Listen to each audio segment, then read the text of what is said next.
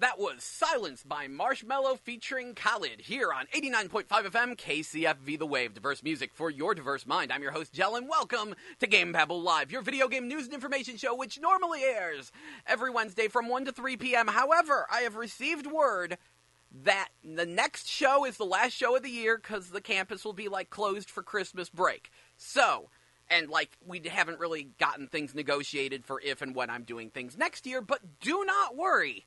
Because as long as I am alive, there will be GameBabble. I mean, I've been doing it for 9 years on YouTube already, so that is. If you want more GameBabble, just look up the GameBabble channel on YouTube. There's the GameBabble blog that I finally kind of sort of started updating again. I've got an article written. I just need to get the pictures going.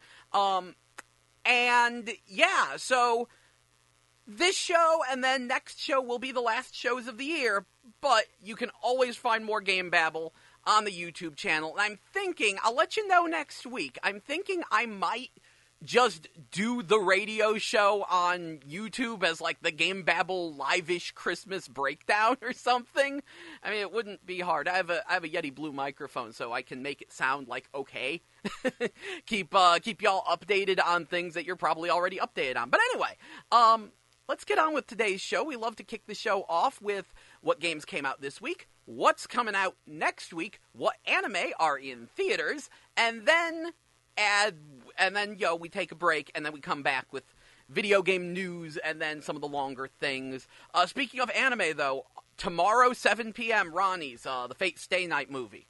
That is the last showing for it, so if you're interested in that, that is a thing. Anyway, on to the new game releases. This week, PlayStation 4 got A Hat in Time, Boiling Bolt, A Hat in Time, Boiling Bolt, Dead Rising 4, Frank's Big Package, Destiny 2, Curse of Osiris, which is an expansion pack for Destiny 2, Horizon Zero Dawn Complete Edition, Justice League Virtual Reality The Complete Experience, which looks like a sort of VR minigame collection for Justice League. It looks kind of neat, but kind of overpriced.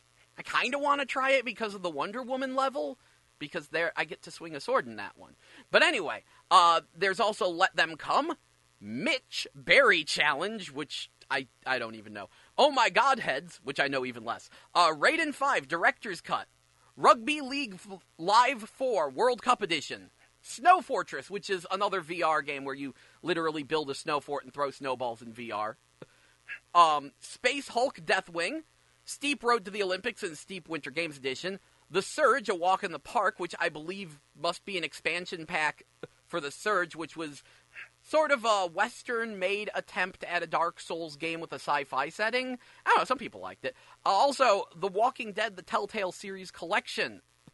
And then today, Chaos on Deponia came out, along with Never End, Square Boy vs. Bullies Arena Edition, and most importantly, Jak 2, Jak 3, and Jak X Combat Racing have all hit the PlayStation 4 store as PS2 classics. If you're wondering, the original game was released first, a couple months back to coincide with the new Uncharted, as a pre-order bonus, and they do have a collection package for PS4, which I'm pretty tempted by, especially considering the price of the games regularly. But if nothing else, I gotta get my hands on Jak X Combat Racing today, because that is one of my favorite games of all time. No joke, that game is amazing. I doubt that it has the online play, but I want to play it. Anyway, moving on, Invector comes out tomorrow, and then day after tomorrow is Battlestar Galactica Deadlock and Tokyo Xanadu EX Plus, and then on the 9th, Loco Roco 2 Remastered. Moving on, Xbox One, where are you getting Boiling Bolt, Destiny 2, Curse of Osiris, Oh My God Heads, Space Hulk Deathwing, Steep Road to the Olympics, Steep Winter Games Edition, The Surge Walk in the Park, The Walking Dead, the Telltale Series Collection. And then today, it got A Hat in Time. Apparently there's a Minecraft Xbox One X, I guess it's a model of the system, whatever. A game called Rememoried, and then on the 8th, Battlestar Galactica Deadlock, Demon's Age, Hello Neighbor, and Paladin. Moving on, Nintendo Switch got Caveman Warriors, 9 Parchments, This Is the Police. Today, apparently, it gets WWE 2K18, which I'm very interested to see how the comparison goes on that. And then tomorrow, wow, a whole bunch of things come out tomorrow. We got Arcade Archives Neo Geo Top Hunter Roddy and Kathy, Acorn Tactics, Dimension Drive, Embers of Mirim, Floor Kids, Gunbird. Wait, really? Gunbird's coming out? I need to double check if this is the same Gunbird. That makes me very happy. Okay, Gunbird is a top-down shooter from a company called Psycho. The second game came to America on Dreamcast with Morgan as a guest character, and that was super cool. And the first game would come to America on PS1 with all the cutscenes removed and a bunch of character names changed as Mobile Light Force, and it was like a budget release. But if it's coming to... I might need that. Moving on, Human Fall Flat. Phantom Breaker Battlegrounds Overdrive is coming to the Switch, which is a fantastic little Guardian Heroes style side-scrolling beat-em-up. Fantastic gameplay. They said that it will not have online play at launch, but they will patch in online play later. It has all the DLC. It's at a relatively low price, but they have cut out the branching paths from the PS4 release, which were apparently too confusing and busted. I reviewed the original Phantom Breaker Battlegrounds on Xbox 360 years ago. I felt it was very nice, just the handling of the series has been kind of wonky, but Phantom Breaker Battlegrounds on Switch might be kind of nice. Anyway, Plague Road, Plantera Deluxe, Red Game Without a Great Name. Okay, that's a good name. Riptide GP Renegade, which is a jet skiing game. I remember that. They already released that on PS4 a while ago. Slain, Back from Hell, Teslagrad, The Sexy Brutale, which I've heard good things about, but I still don't know what it is. Touch Battle Tank SP, Vostok Inc., and Yodanji. And then on the 8th, Tennis in the Face. Okay. Moving on. 3DS tomorrow is getting Christmas Night Archery, Japanese Rail Sim 3D, Travel of Steam, and Square Boy vs. Bullies Arena Edition. And the PlayStation Vita has nothing. For this week anyway. Moving on, what is coming up next week? Well, next week, PlayStation 4, Battlefield 1 Turning Tides, which I assume is a piece of DLC, Fallen Legion, Flames of Rebellion, Gang Beasts finally hits PlayStation 4, and apparently will have some kind of patched-in VR support. Moving on, Okami HD, Resident Evil 7 Biohazard, End of Zoe, Not a Hero, and Gold Edition. So all the rest of the Resident Evil 7 DLC is coming out, and then the special edition that has all the DLC included. Also, Ultimate Chicken Horse, and then on the 13th, Final Fantasy 15 episode Ignis, where you can come up with a new recipe. And Super Hydora, and then Wolfenstein 2, The New Colossus, The Adventures of Gunslinger Joe, which, again, I assume DLC. Next up, Xbox One, Battlefield 1 Turning Tides, Fearful Cemetery, and The Cursed Prince. Okami HD, PlayerUnknown's Battlegrounds comes to Xbox One next week. Also, Resident Evil 7 Biohazard, all of the DLC, and the Gold Edition. Wolfenstein 2, The New Colossus, The Adventures of Gunslinger Joe. And also on the 15th, is that still next week? Yes, that would be next Friday. On the 15th, it is getting Circuits and Lost Grimoires Shards of Mystery. The Nintendo Switch next week is getting Party Planet, Pinball FX3, The End is Nigh, Bleed, Polybridge, and Yooka-Laylee, along with a game called Unepic, and yeah, that about sums that up.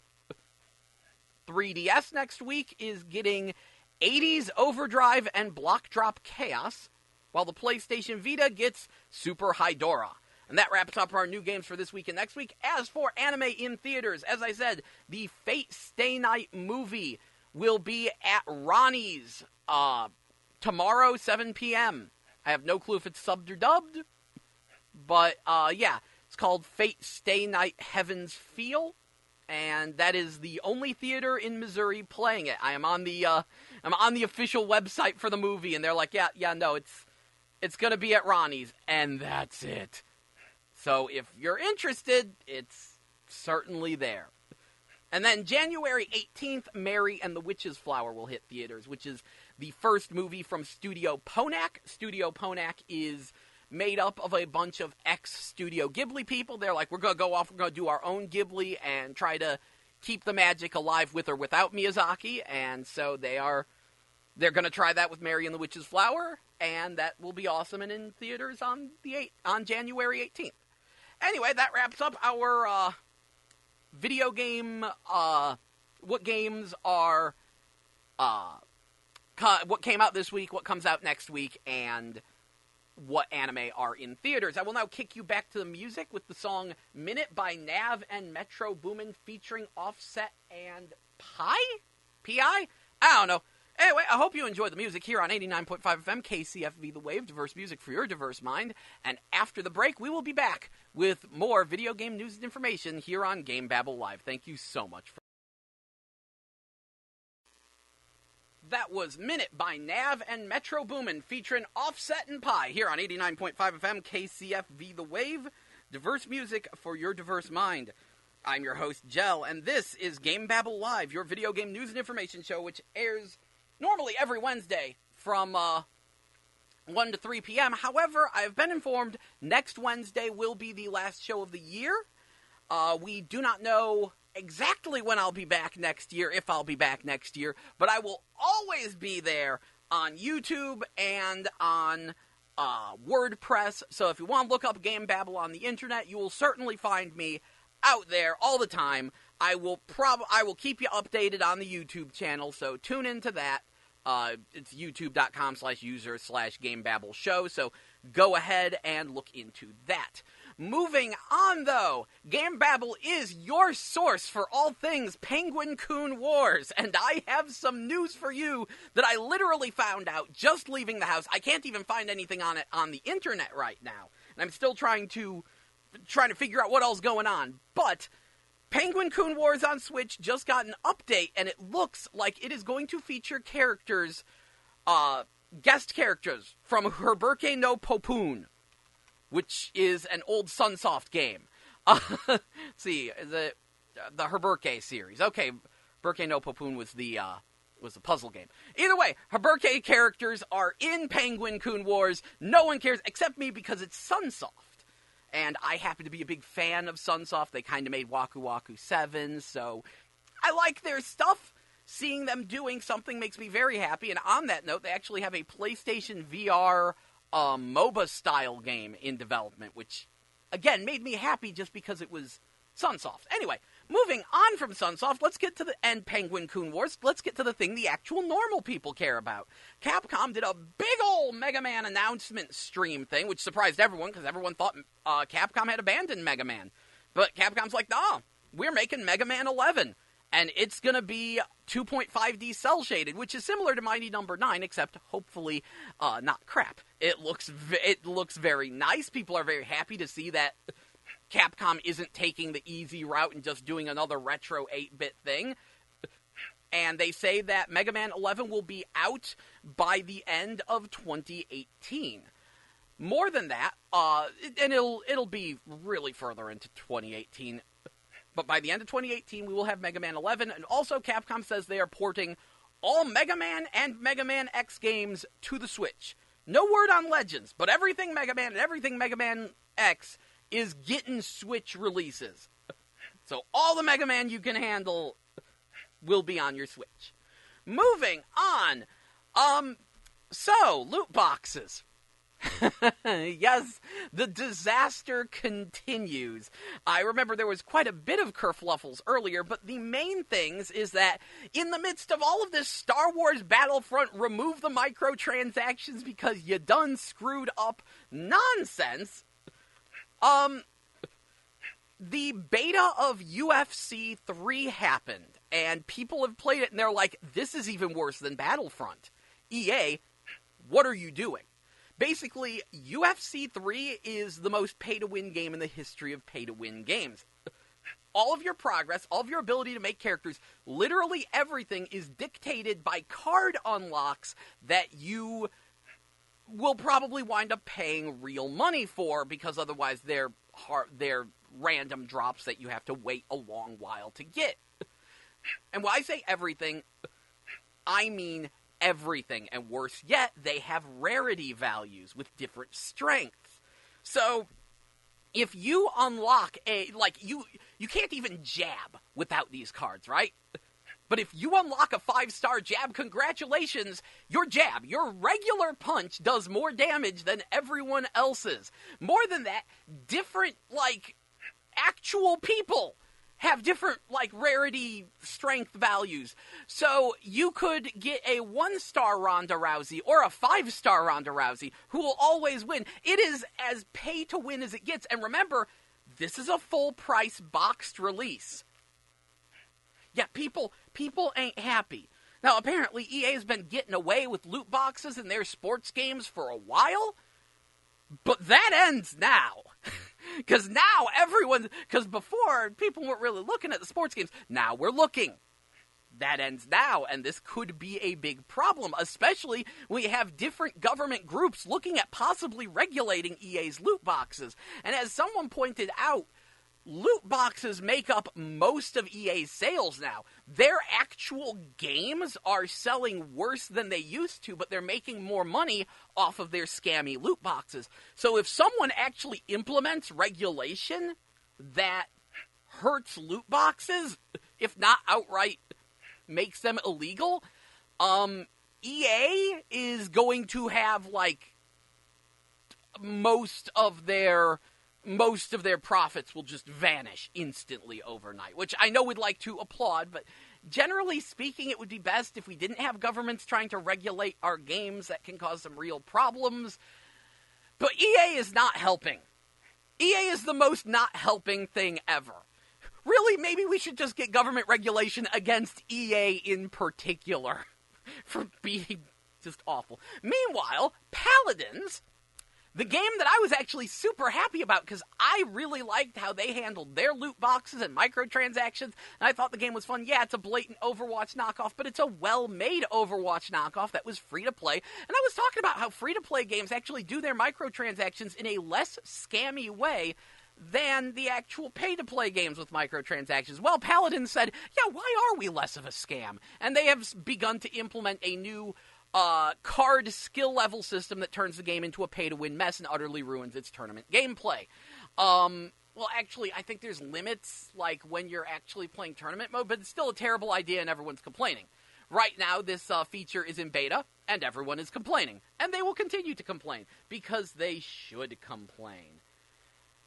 Anyway, we're going to have to take another break, but when we get back, we have so much more video game news before I start rambling on and on and on about Xenoblade Chronicles 2. So, here is Happy Hour by Weezer, and when we get back, more video game news and information here on GameBabble Live on 89.5 FM KCFV The Wave. Diverse music for your diverse mind. Thank you so much for listening. That was You Don't Get Me High Anymore by Fantagram here on 89.5 FM KCFV The Wave. Diverse music for your diverse mind. I'm your host, Jell, and welcome back to GameBabble Live, your video game news and information show, which airs Wednesdays 1 to 3 p.m., but next show will be the last show of the year, but you can stay connected with GameBabble through the internet on YouTube, and there's a blog as well, but mostly just go to the YouTube. YouTube.com/user/GameBabble show, all one word and all that. Anyway, so, did a little bit more research trying to figure out what's up with the Herberke how do we say this? Hebereke? The guest characters in for Penguin Coon Wars from Sunsoft.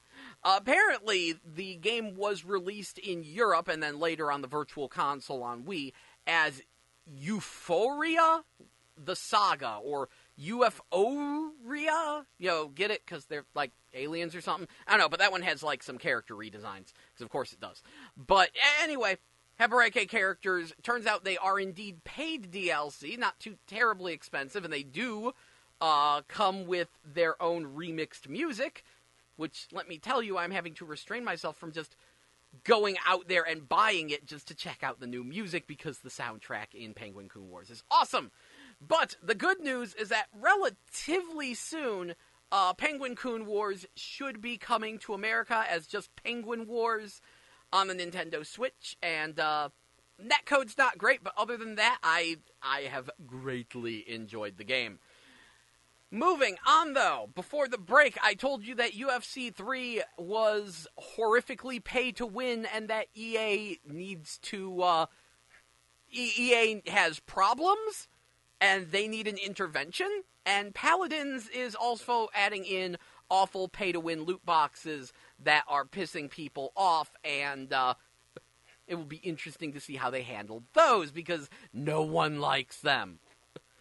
Moving right along, though, Capcom also did a stream for Street Fighter V Arcade Edition, which will be coming out in January. They showed off the arcade mode, and there's a very good chance Sagat will be in the game because they have different arcade mode paths based on older Street Fighter games, including Street Fighter 1, which made me very happy. Obviously, there aren't a lot of Street Fighter 1 characters in the game, but it has, like, the old, like, versus screen jingle, and they have a few, like, stand-in characters for certain Street Fighter 1 characters. So it's kind of cool what they're doing there, and they cut off before the end boss, so I'm going to assume, yes, Sagat's probably in the game.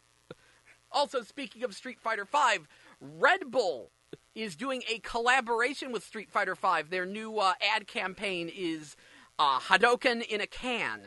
There are a number of, there's going to be special Street Fighter Red Bull cans with different Street Fighter characters on them, and when you get one, it will have a code that you can type in on the Red Bull website to get a download code for a Red Bull costume for, like, 16 different Street Fighter V characters. Now, having said that, the Red Bull costumes are nothing particularly exciting. They are, they're pretty much existing costumes except in white with the Red Bull logo. But it's still relatively neat. So, yeah. Yeah, that is, I'm sorry, I'm checking some things. Anyway, moving right along, Arcana Heart 3 Love Max 6 stars on PC is coming December 12th. Shark Girl and Darkheart will be coming as DLC. If you are unfamiliar, this is the most recent version of the Arcana Heart series. Love Max 6 stars adds in one new character and like a bunch of tweaks and new story elements and stuff. And this is the only home port of it thus far is the PC version, and they're actually adding in two new characters with Shark Girl and Darkheart, who were not originally in the arcade release. So this is the most recent, newest, bestest version of Arcana Heart 3. Arcana Heart 3 has very good netcode, and it is an incredibly deep fighting game, despite how it looks. Like, if you're unfamiliar, Arcana Heart's kind of an all-girl fighting game series, and it's very easy to look at it and go, oh, this is just some weeby nonsense, but Arcana Heart might be the most complex fighting game, most complex 2D fighting game ever made. And no, that's actually not a joke. It's pretty darn ridiculous, let me tell you. And oh, well, here is some breaking news. So, Dead or Alive 5 should be getting its last DLC package next week on the 12th. And, yeah, so they are starting to show off some of the costumes. They had previously shown a Kasumi costume loosely based on the old, Tecmo Rabbit mascot. Well, they've just revealed that, Honoka, they've shown Honoka's outfit, and it will be the Pixie from Monster Rancher. And that makes me very happy, because Monster Rancher is one of my favorite games of all time. And I was just thinking someone needed a Pixie outfit from Monster Rancher. So I will take that. Monster Rancher is friggin' amazing. So yes, the quote-unquote final DLC for DOA 5 will be coming next week.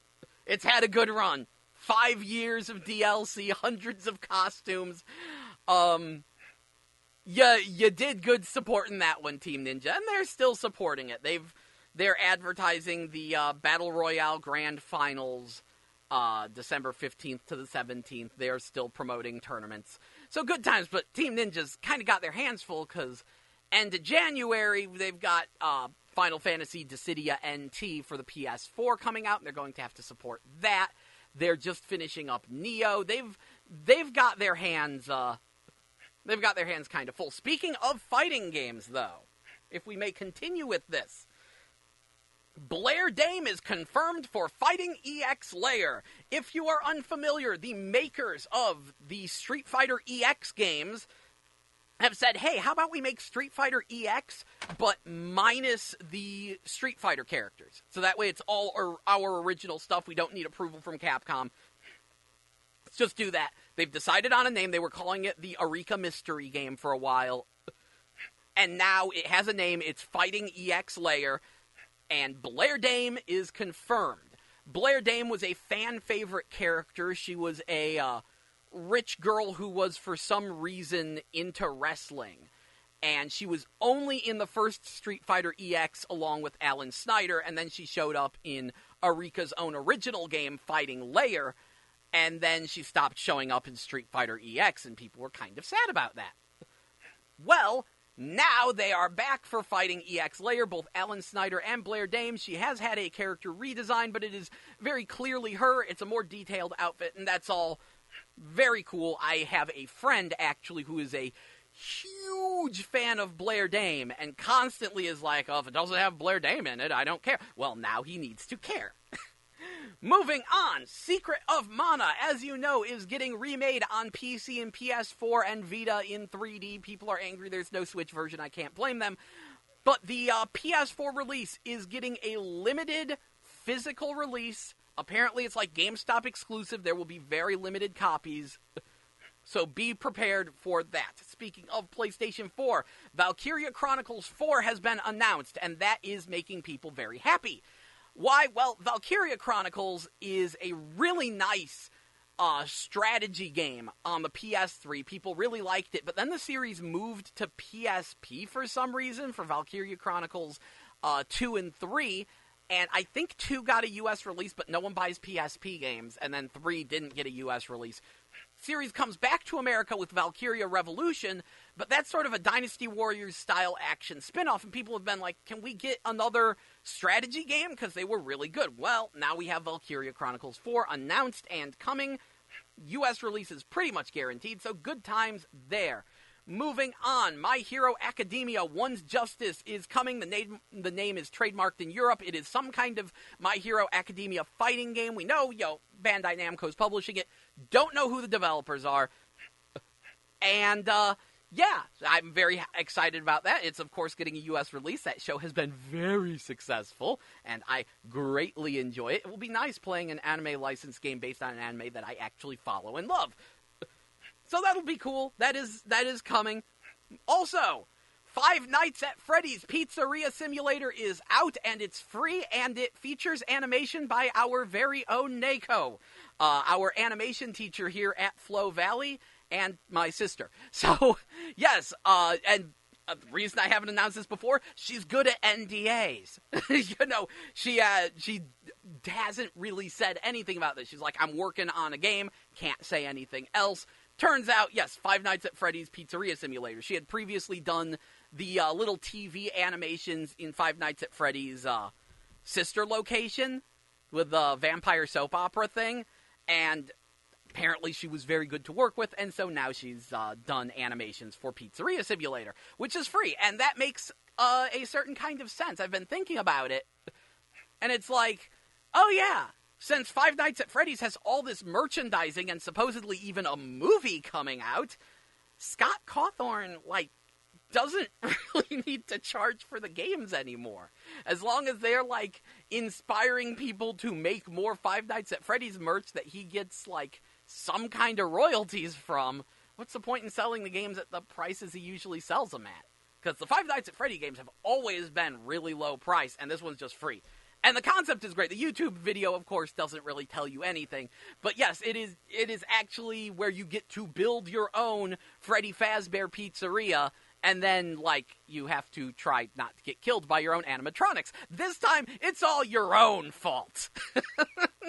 I kind of love that. I might have to play this. Moving on, but the reason I haven't is because of Xenoblade Chronicles 2. We will get to that because I can't stop. Moving on, Gal Metal will be coming out in Japan February 9th. It is a drumming sim From the New World, the song which is a classical song that was in Ashura's Wrath, is confirmed to be in the game.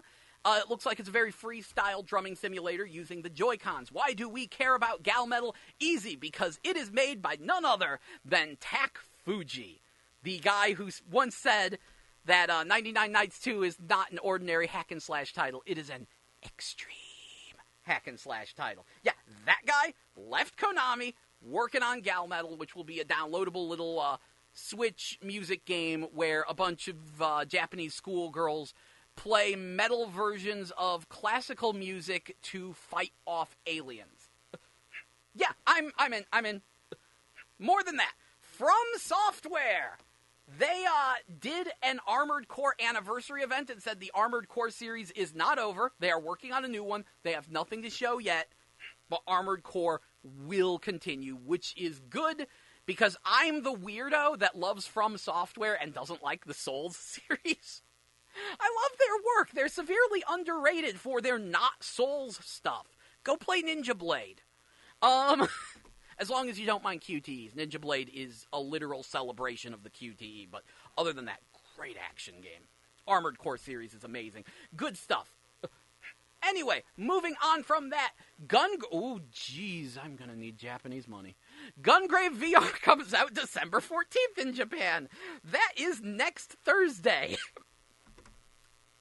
Now, there's probably going to be a U.S. release, but I'm not waiting for Gungrave VR. Gungrave is returning. I remember breaking the news on this very show, and that makes me happy. And it's probably not going to be a good use of VR, but it doesn't matter, because Gungrave is back. Gungrave was an old PS2 cel-shaded shooting game, sorta. If you could imagine a hack-and-slash with guns, that's what it was like. Because you didn't really, aim and shoot or do anything carefully. No, you mash the square button and you just start dancing around with your guns, shooting everywhere. And it was great because of the dark, cel-shaded art style, especially in the first game. Admittedly, the new one looks a little bit Overwatchy, but Gungrave is back. What the heck? Brandon, what you doing here? I already mentioned that Phantom Breaker Battlegrounds hits the Switch tomorrow, and I did a review of that on YouTube years ago when it came out on 360. Look up the Brawl Olympics was what I called it. I reviewed... what did I review? It was Sacred Citadel, Phantom Breaker Battlegrounds, and Double Dragon 2 Wander of the Dragon, the infamous weird Korean one that no one likes. I actually beat that game. I didn't mind it too much.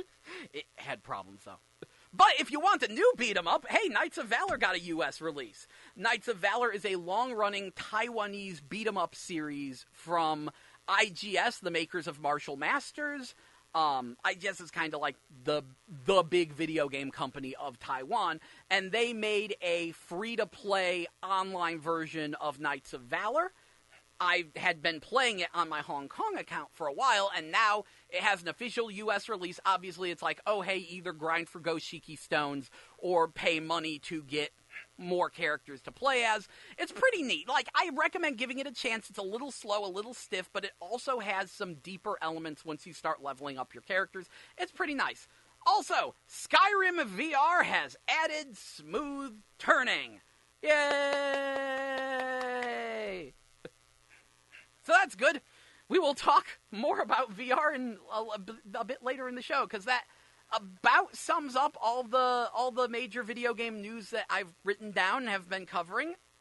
So pretty soon we will be taking a break, and when we get back, we will talk about Xenoblade Chronicles 2, because that came out last Friday, and let me put it to you like this.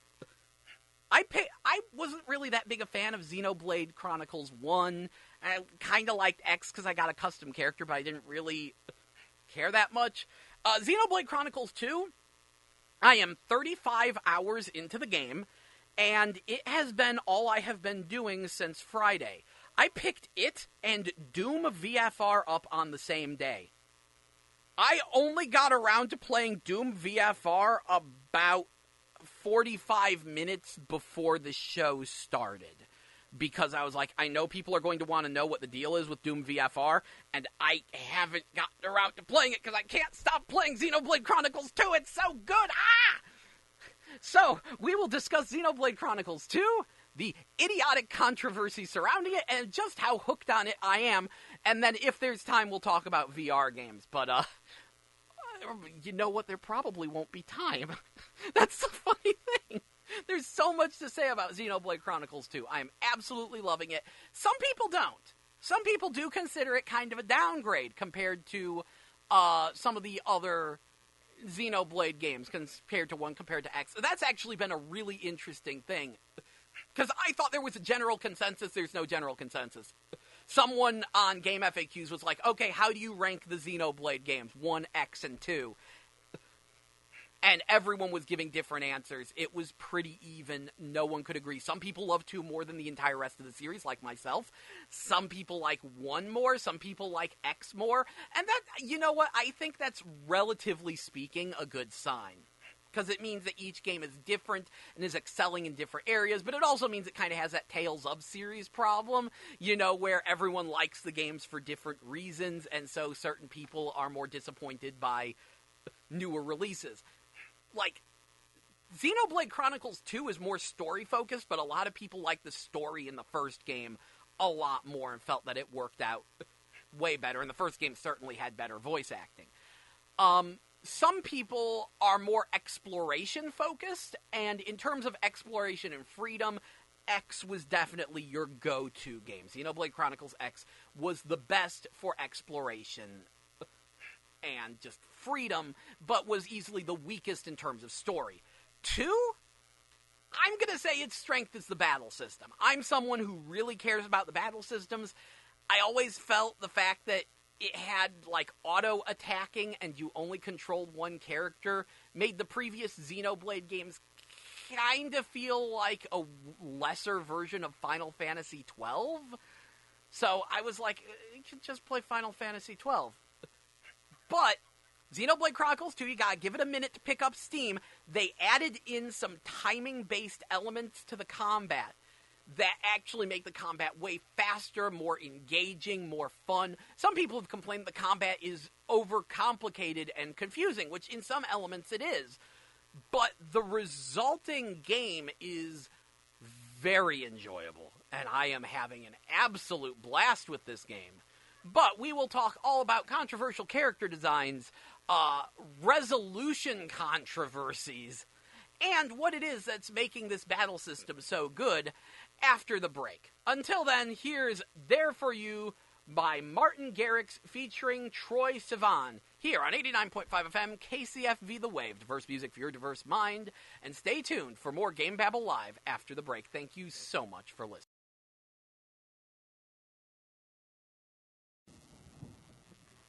That was Thunder by Imagine Dragons here on 89.5 FM KCFV The Wave. Diverse music for your diverse mind. I'm your host, Jell, and welcome back to GameBabble Live, your video game news and information show, which airs every Wednesday from 1 to 3 p.m., except that next week is going to be the last show of the year here on 89.5 FM.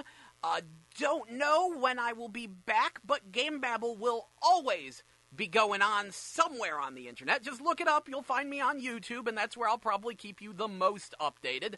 I have a blog, but I've been updating it, but it's been a little bit slow. I need to get pictures for the next one, though, because the next blog post is going to be about the controversial character designs of Xenoblade Chronicles 2. Yes, it is time to talk Xenoblade Chronicles 2. I picked it up last Friday, and I haven't put it down. Literally, I wanted to report on what Doom VFR was like for the show, and I picked that up at the same time because, you know, hey, Doom in VR, they added smooth movement. This is going to be super fun. I played it about 45 minutes before the show. I had it the same day as Xenoblade Chronicles 2. I couldn't stop. I'm 35 hours in. I just keep going. I've not enjoyed a Xenoblade game like this ever, and a lot of that is because of the addition of timing-based elements. So let's talk about that first. Basically, the way the combat system here works is kind of MMO-esque. That's the way the Xenoblade series generally is. You got this wide open field, you got monsters running around it, you target them, you hit attack, and then when you run up to them, your character just automatically starts whacking on them. Well, while you're doing that, you're filling these meters, which represent the different buttons on your controller, and those are your different skills. And when they're full, you can use them. But here's the twist. When you're doing the auto attacks, when your character is auto attacking, they do 3-hit combos. And the third hit always does more damage. And if you press your skills, your special attack button, right as the move connects, right as a hit from your auto combo connects, you do a cancel, which boosts the strength of your skill. And it boosts it more if you do it on the third hit. So there's this element of, okay, I need to pick the right skill for the right situation. There's no SP or mana to worry about. I just have to worry about the meters filling up and thinking strategically, because each skill does different things. This one has an area of effect. This one launches. This one topples. And then, oh, hey, I have a skill that does more damage if an enemy is launched, or a skill that does more damage if an enemy is toppled. And then, there's a bunch of different elements to it. But yeah, there's this major timing element where it's like, okay, not only do I have to choose the right skill for the moment, but I have to time it right in order to have a better impact. And timing it right not only causes all the other meters to fill faster, but it helps fill up your super meter. And your super meters actually have little, QTE mini games. When you do a super, it's like, okay, press B with this timing, or press B, press B, press B. It's got this timing element, and then sometimes it'll be like, okay, now rapidly mash B. It's generally just the B button. But it's different for each super, and you've got 4 levels of them, and, your level 4 is actually a flashy cutscene super, and those are your team-up attacks with your blade, which is, the artificial life form linked with your weapon that boosts your strength. It's very weird. But you know what's even weirder is the fact that you can't use items in battle. That's right. This game has no healing potions. When battle ends, your health refills super fast. And when you're in battle, you can't, just spam health potions. The way healing works in this game is so weird, but I love it. Let me put it to you like this. Fists and claws are considered a healing weapon. Why? Well, the way healing works is certain attacks will knock potions out of the enemy, and they will appear on the ground, and if you run over to them and pick them up, everyone gets healed. So I've actually been playing a healer, because, fists and claws, kind of one of my favorite kinds of weapons. So, when you punch an enemy with certain moves, they just drop healing items. Then you boost the strength of those moves to get them to drop more healing items. And I quickly found myself having more fun just using, one of the generic fist blades. Because I had it set up where when I did one of my attacks, it would cause them to drop potions. And when I did one of my supers with the generic blade, it would cause them to drop 2 potions. So I'm just constantly punching potions out of enemies so I can't take damage. Just potions everywhere. It is ridiculous. There's actually more elements to combat too. When you do your supers, if you get the team to sit, your teammates will actually ask you before they do their supers. And if you do supers in specific orders, it will cause, combo effects that seal attacks that the enemies have. But then when they recover from having their attacks sealed, they have a temporary boost to their defense against the element that sealed that ability. And then there's some kind of crazy team-up attack element, and the way you can combine 2 status effects. People have complained that the battle system is overcomplicated. I'm glad it's overcomplicated, because I hate only controlling one party member.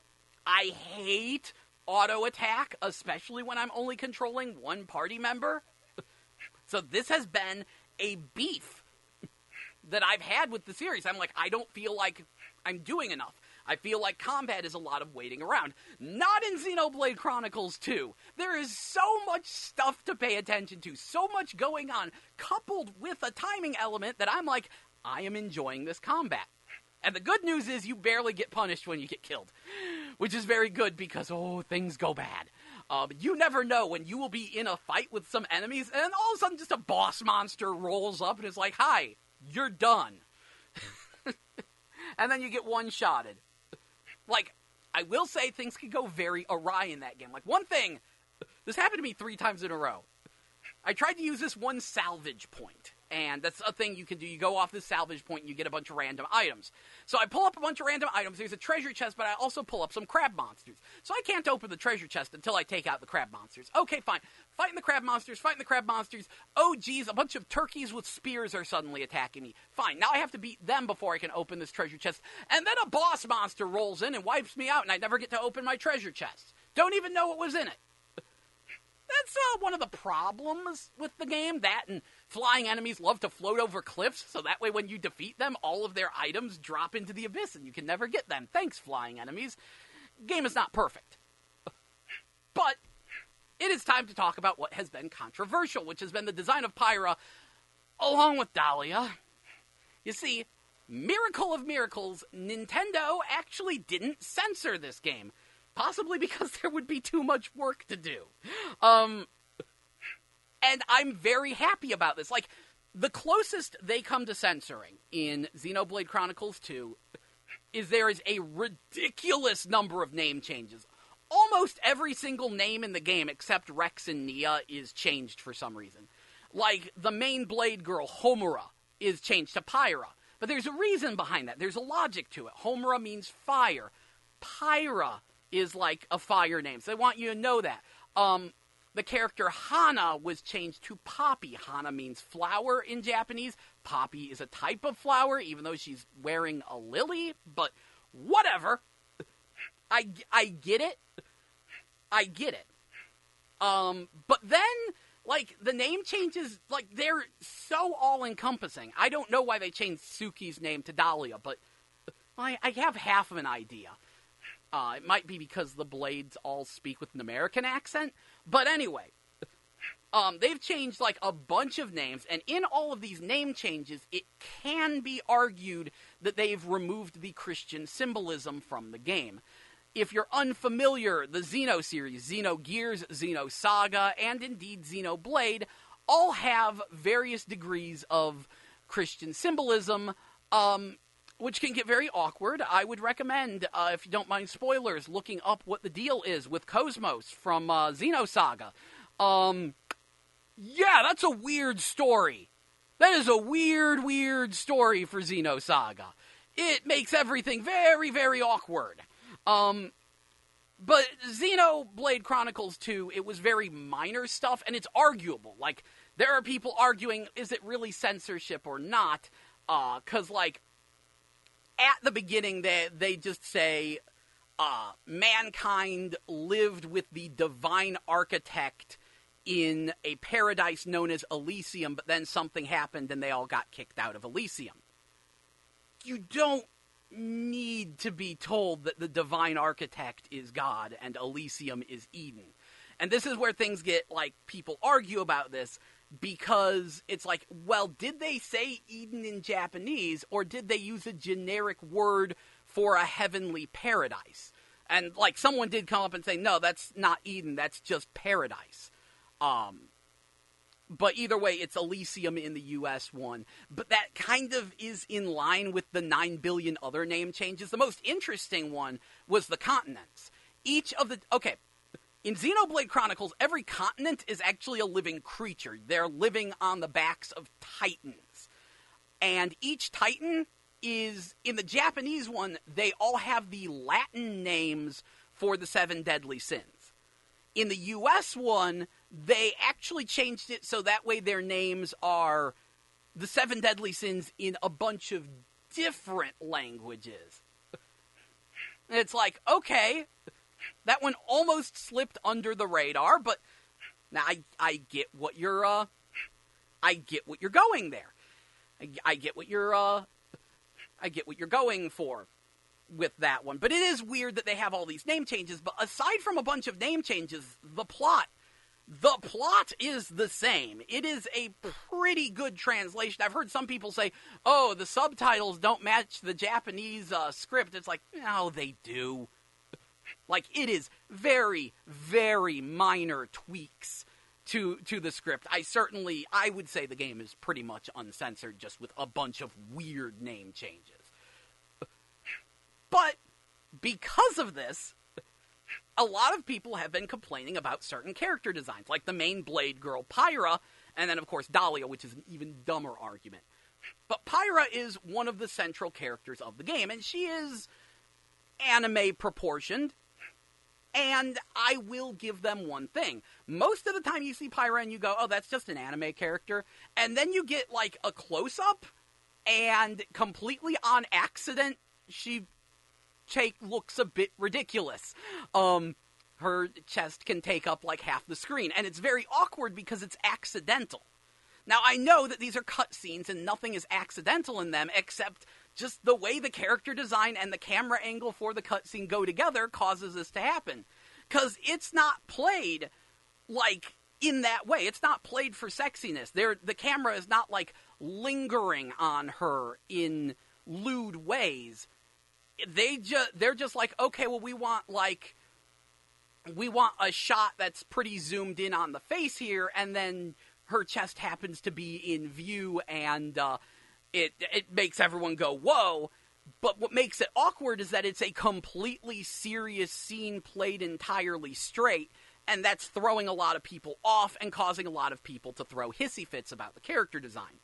The reason why I have to put my foot down here is because a lot of these people complaining about the character designs don't actually understand what's going on here. They're not looking at all the characters. They're just zoomed in on Pyra, and they're like, what is with that outfit? What is with these proportions? This is so offensive. Okay, here's the deal. Pyra is a blade, an artificial life form whose shape is determined by whoever first awakens a blade's core. It is determined by their own thoughts and desires.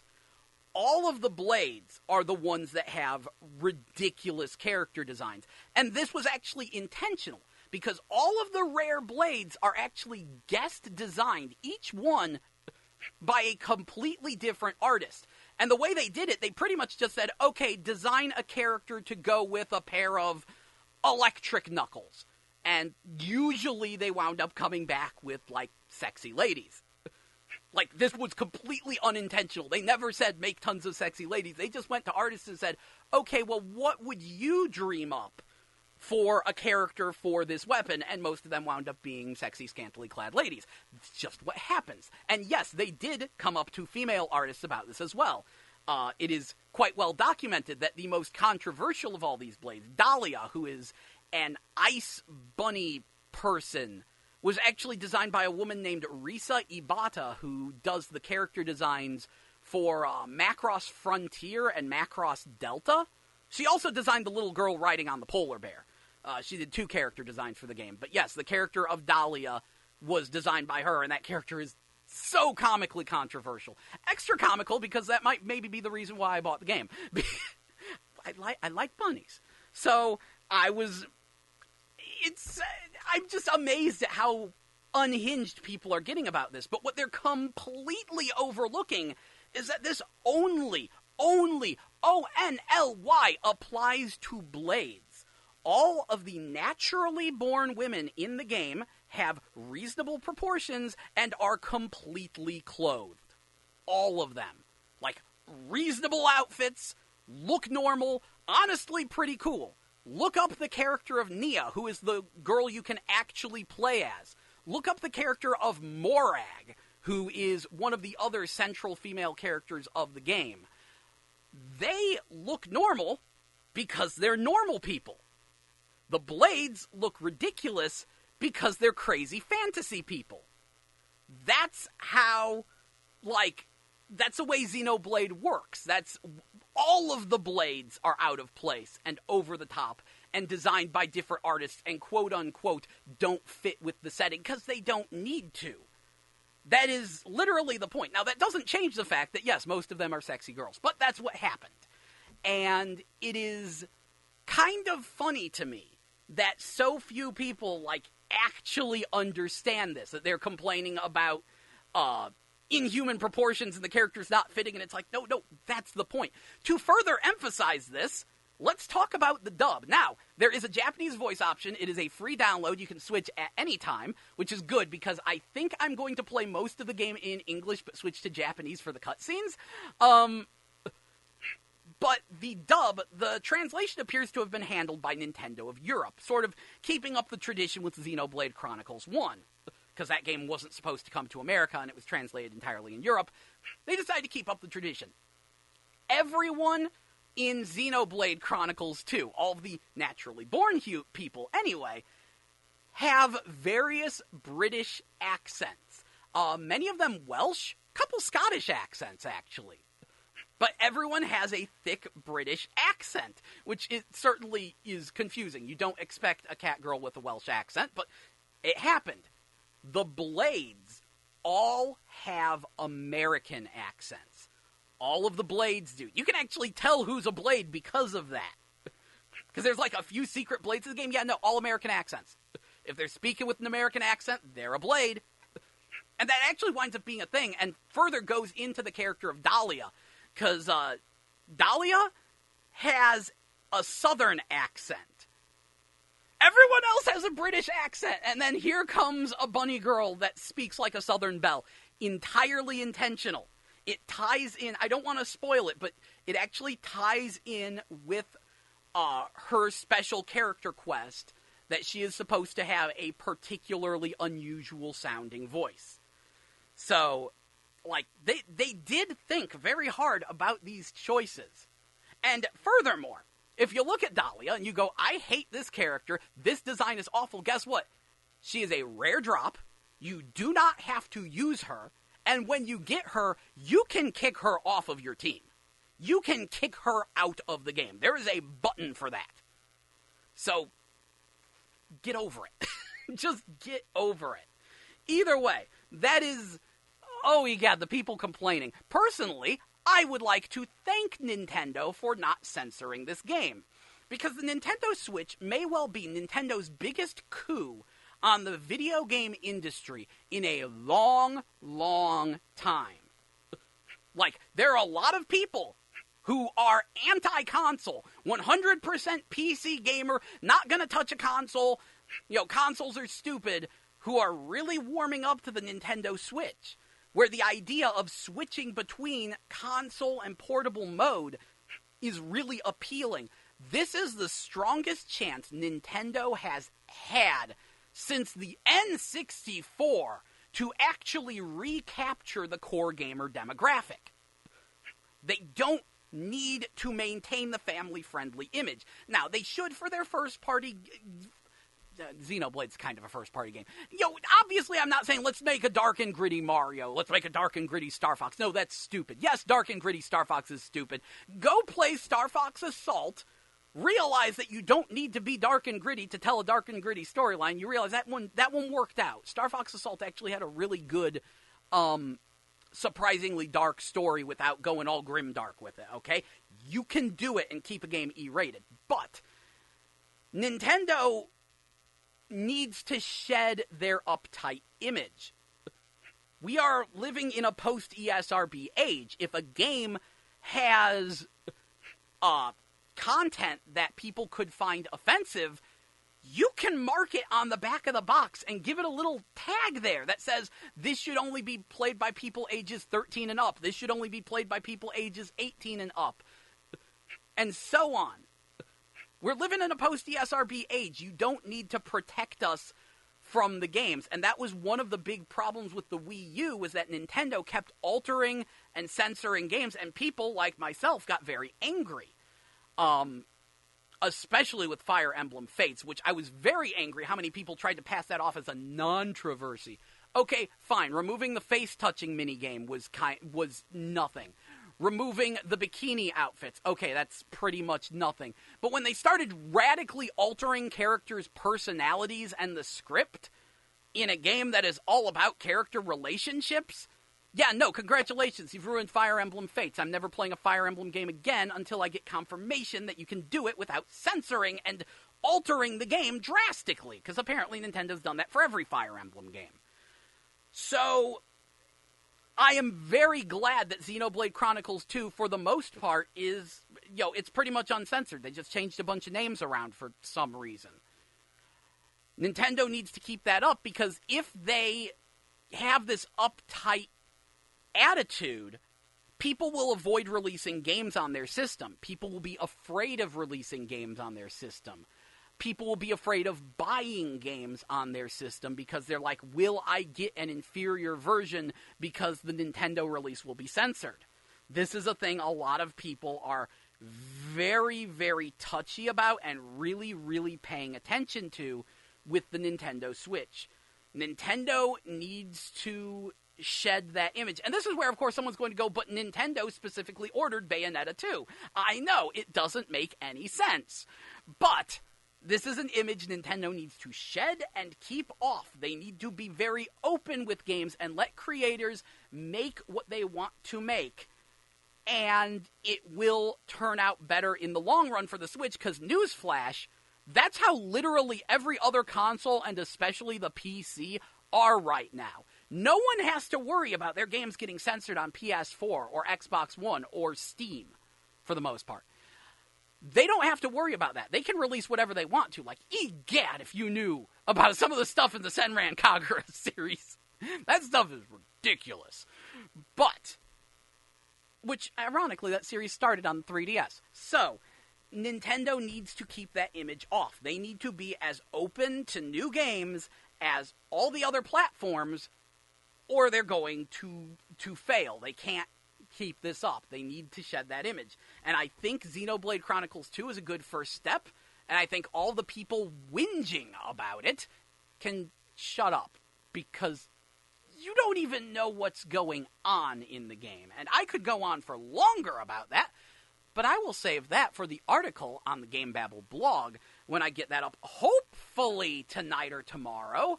I say hopefully because there is a 75% chance, 85, closer to 90% chance that when I boot up Xenoblade Chronicles 2 to grab some screenshots, I'll just keep playing Xenoblade Chronicles 2 like I have the last 3 times I tried to do that. I like the game. Anyway, I think it's time for a little bit of a break, and we will talk about Doom VFR as soon as we get back from that. But until then, here is Keep It 100 by Grand Theft and Keys and Crates. Here on 89.5 FM, KCFV The Wave, diverse music for your diverse mind. Thank you so much for listening, and please stay tuned.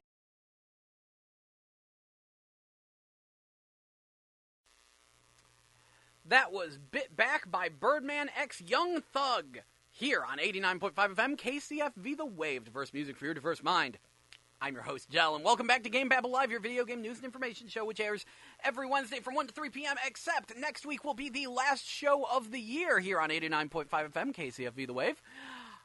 We might be back next year, not sure, but you can always keep up with us by checking out our YouTube channel, which is, youtube.com/user/GameBabble show.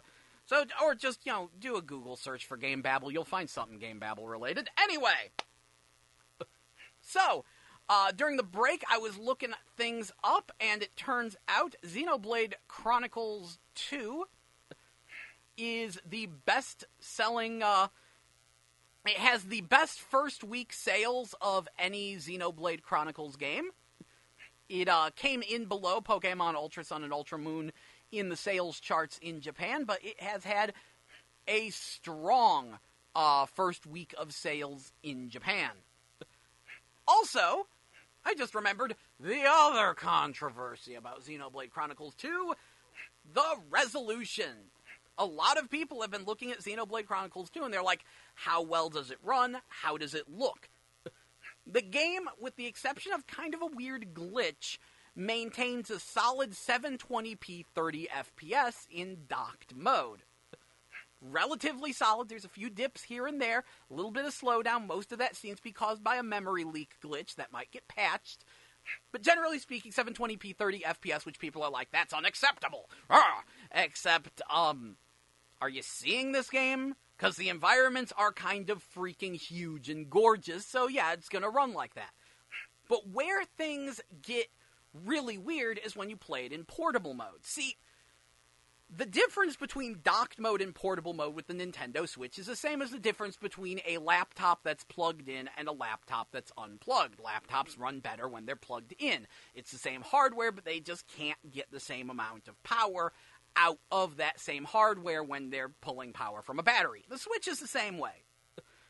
And on the Nintendo Switch, Xenoblade Chronicles 2 has dynamic resolution. When you are inside or in most of the dungeons, it generally kind of keeps the 720p resolution. But out in the field, the big, wide-open rolling fields, the resolution can drop as low as, like, 390p. That is, like, some PS1 games in terms of resolution. And people have just utterly lost their minds about this. It's like, oh my goodness, the resolution is so bad. This is an embarrassment. The Nintendo Switch is so awful. Ah! Okay, two things. Number one, most important thing. The resolution of the text and the interface remains the same. It is still 720p on the text and interface. Why does that matter? It's an RPG. Your text and interface matter. If they got that low and became blurry and hard to read, it would be a problem. They don't. Secondly, when it drops that low in resolution, it's still running at a pretty smooth 30 FPS. It does not perform any worse. And the drop in resolution is handled with a whole lot of blur. So yes, it gets kind of blurry. But remember, this is portable mode.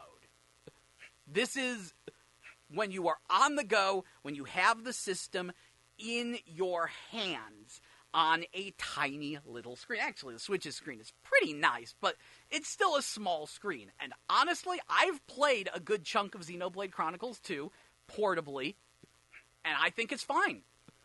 I've seen the resolution drop super low, and I'm like, it's fine. Because it is. It looks perfectly serviceable, and most importantly, runs well and is entirely playable on the go, which is incredible when you consider this is like a 100-hour-long, massive RPG. The fact that it still looks pretty good and most importantly runs fine and is totally playable in portable mode, even though it is such a massive, gorgeous-looking world, is kind of impressive. Also, we need to applaud the load times in Xenoblade Chronicles 2. Because those load times, they're something special. Because it has really fast quick travel. See, if you've ever played a big open world game, you know that you use fast travel where you can, teleport to certain checkpoints across the map. You can do this in Xenoblade Chronicles 2 as well. The load times are super fast, and this may well have the fastest fast travel in any game. You could go from one continent to a completely different continent, and the load time will be, a couple of seconds. But there is a caveat. When it loads you in, the textures aren't loaded in. It loads you in the millisecond it can get you onto the field and playing. When you load in, there will be no textures, everything will be super low poly count, and everything will rapidly load in super fast.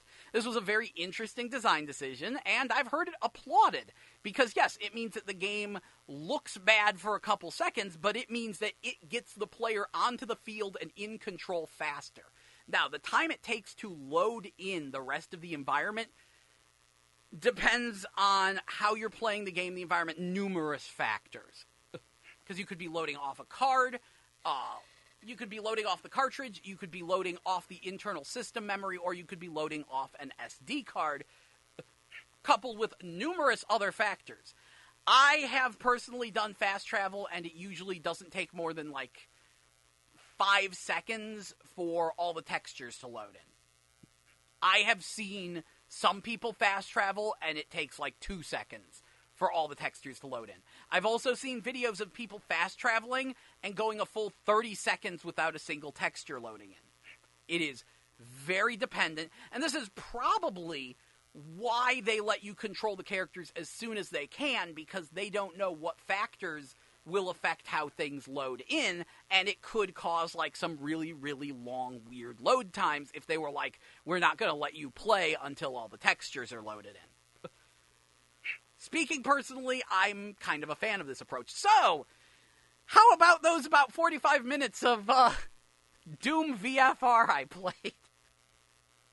I finally sat down and played that game, and it's pretty great, relatively speaking. So, Doom VFR is a VR version of Doom. And the idea was, Bethesda's like, we're going to take all of our big games that we've already released and do VR versions of them. However, the people behind Doom are like, we can't get Doom running in VR because Doom is all about moving around, and Bethesda's like, now you gotta do teleport movements. So they have to completely rebuild the game for teleport movements. So they made Doom VFR, which is a shorter, but also cheaper, VR-only Doom experience. That's, of course, recycling assets from last year's Doom game. So it is actually a new game, and that's kind of cool.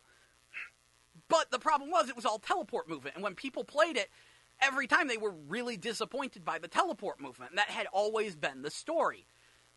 And Bethesda didn't say anything. It's been teleport movement.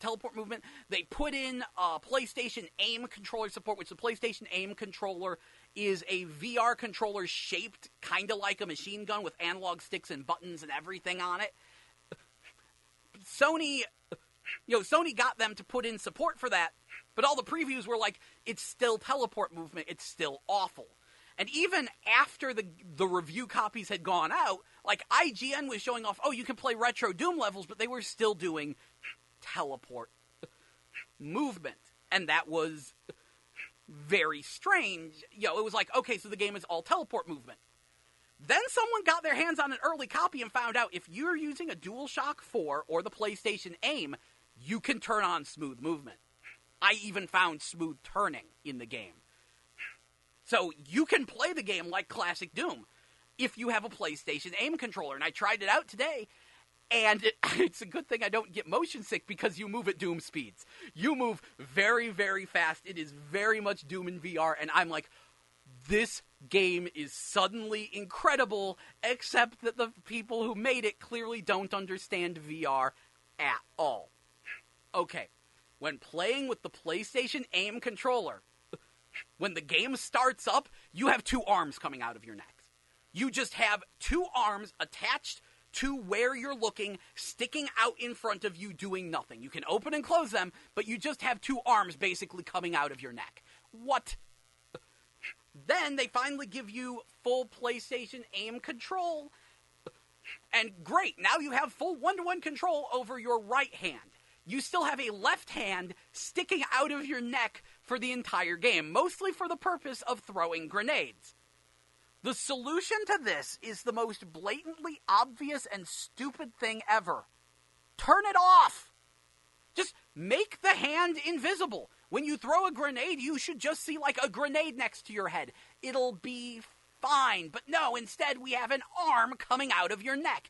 Now, once I got into the game and they started spawning in enemies and I'm shooting at them, I didn't care that I had an arm coming out of my neck. I barely even noticed the arm in my neck because I was too busy shooting down demons that were spawning into this base on Mars and things...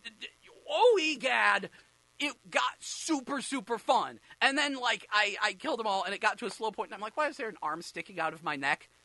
So, that can be fixed with a patch. Just turn it off. But here's the crazier thing I'm hearing. Apparently, like, the Vive and Oculus version don't have smooth movement.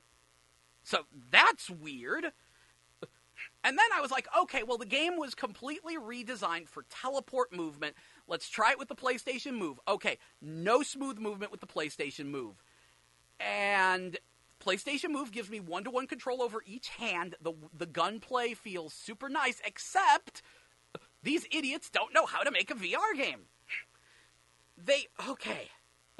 So, with the PlayStation Moves, you have teleport movement, or you could do this skip movement, where you move forward like one character space forward, back, left, and right.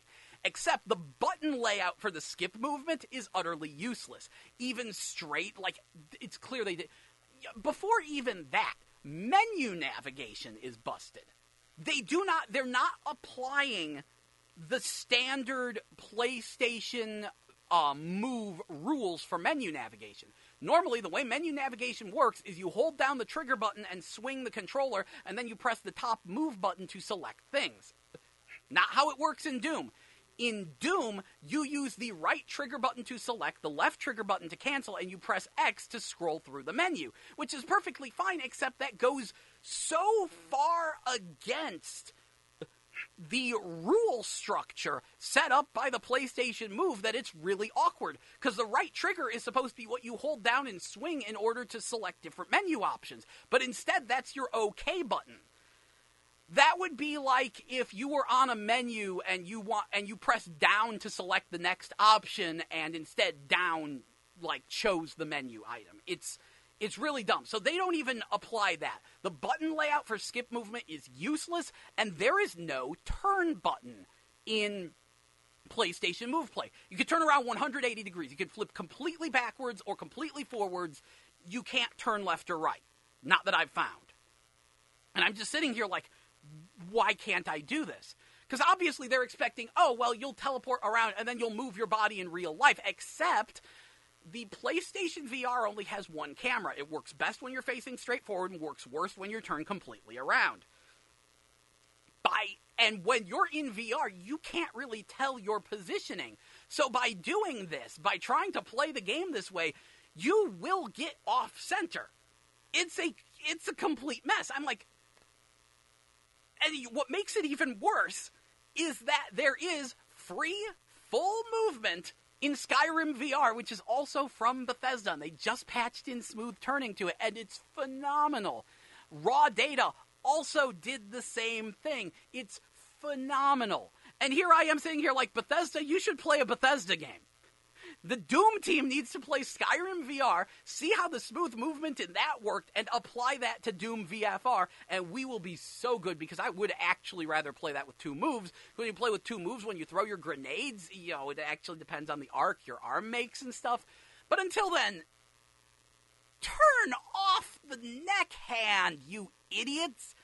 This is why VR games need updates. This has happened with every VR game. If you are getting a PlayStation VR this Christmas, brace for lengthy updates for all of them. Because pretty much all of them launch with some kind of stupid do you know how to make a VR game problem that gets patched in later. Thankfully, a lot of developers are reading the PlayStation VR Reddit and listening to fans and tweaking their games. Raw Data was the same way. It used to be a pure teleport movement game. Then all their fans said, dude, patch in smooth movement. And they're like, really? And they're like, yes. And then they patched in smooth movement and everyone loved it. And it drastically improved the game. It is certainly an area of contention because sometimes smooth movement can make some people sick. And I understand that, and that's why it's nice to have a teleport movement option. But when you lock your game entirely to teleport movement, it can feel like you are hamstringing your game and you're downgrading it. There are some games that work really well with teleport movement, like Ancient Amuletors and Mortal Blitz. Mortal Blitz is pretty much just Time Crisis in VR, and teleporting from vantage point to vantage point works fine. Nothing is lost in the translation. But Doom VFR... that's Doom, and trying to do Doom with teleport movement is a bit of a mess. Made even worse when the people don't know how to don't put in enough control options, don't let you turn in teleport movement mode, and then you have neck hands in PlayStation aim mode, and honestly, the pistol feels really off when you're trying to shoot it with the aim. So it's going to need some patches. But playing with the aim, when the action started and I got to shoot demons, Doom VFR got really, really, really cool. It was so great moving around so fast and having so many enemies thrown at me. It felt like a real legitimate challenge, which I like. So many VR games wind up softballing you and being like, oh, well, you're new to VR, so we're going to take it slow, and the enemies are going to attack. No, this is Doom. Here come a bunch of enemies. Keep moving, keep shooting. There's a lot of demons. You are moving fast. Go, go, go. Move, move, move. It was great. I wish there wasn't a neck. I wish there wasn't a neck coming out of my arm. There's probably a neck coming out of my arm. I wish there wasn't an arm coming out of my neck. But other than that, game is very nice. Unfortunately, I got Xenoblade Chronicles 2 the same day, and so I've only played 45 minutes of it because I can't stop playing Xenoblade Chronicles 2. Help! Got a new Game of the Year contender, which is good, because it felt awkward saying that about Sonic Forces. I still really like that game. But Xenoblade Chronicles 2, I'm liking it. And again, fair warning, different people are reacting differently to this game. Some people like Xenoblade Chronicles 1 more. Some people like Xenoblade Chronicles X more. I like 2 more. And there is no general consensus about which game is the best and which game is the worst. I am going to say Xenoblade Chronicles 1, probably the best story and best voice acting. Xenoblade Chronicles X, best freedom and exploration, and you get to make a custom character, and you get to pilot giant robots. And it has online play, though I'm not sure how much longer it's going to have that for since it's on Wii U, but it is very nice. By the way, they're looking at a Switch port of that game, which I would be completely on board with, and I would gleefully rebuy it, especially if they uncensored it. That one, the censoring was some weird dialogue changes because Nintendo Treehouse was doing it. The removal of a certain customization feature and changes to a few pieces of clothing. It was really dumb. But I would actually rebuy Xenoblade Chronicles X if they re-released it on Switch. And if they're going to do that, you may as well just release Xenoblade Chronicles 1 on Switch as well. It's a Wii game. I'm sure you can get it running pretty easy. So, that's where I'm at. Everyone's reacting differently. I think, generally speaking, 1 had the best story and voice acting, 2 had the best freedom, or X had the best freedom, and 2 has the best combat, in my opinion. I'm really liking the combat. Although, fair warning, trying to figure out where you're supposed to go. The map system and the checkpoint, the thing that shows you where you're going in Xenoblade Chronicles 2, kind of a bit of a mess. I have gotten lost numerous times in this game. I have a terrible sense of direction, but still, that is certainly a thing. Anyway, I believe that about wraps up GameBabble Live for this week. Thank you so much for joining us. We will be back next week, but that will be the last show of the year. But remember, you can always find us on YouTube, where, GameBabble show on YouTube, and you'll see stuff there. I'll keep you updated for whenever I go back on the air. But until then, we are going to kick you to the music. Up next is Stand By Me by Florence and the Machine, here on 89.5 FM KCFV The Wave. Diverse music for your diverse mind. Thank you so much for listening. Please enjoy. I'll see you next week.